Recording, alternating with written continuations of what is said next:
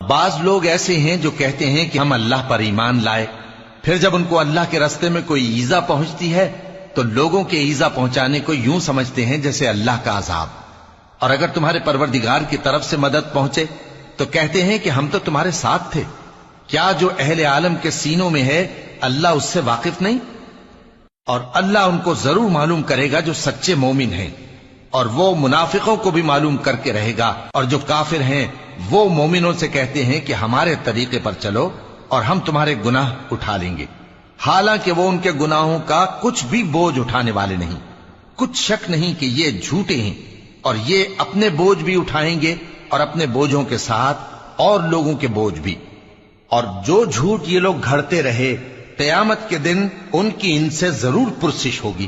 اور ہم نے نوح کو ان کی قوم کی طرف بھیجا تو وہ ان میں 50 برس کم 1000 برس رہے، پھر ان لوگوں کو طوفان کے عذاب نے آ پکڑا اور وہ ظالم تھے۔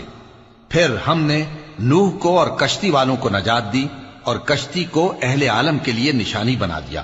اور ابراہیم کو یاد کرو جب انہوں نے اپنی قوم سے کہا کہ اللہ کی عبادت کرو اور اس سے ڈرو، اگر تم سمجھ رکھتے ہو تو یہ تمہارے حق میں بہتر ہے۔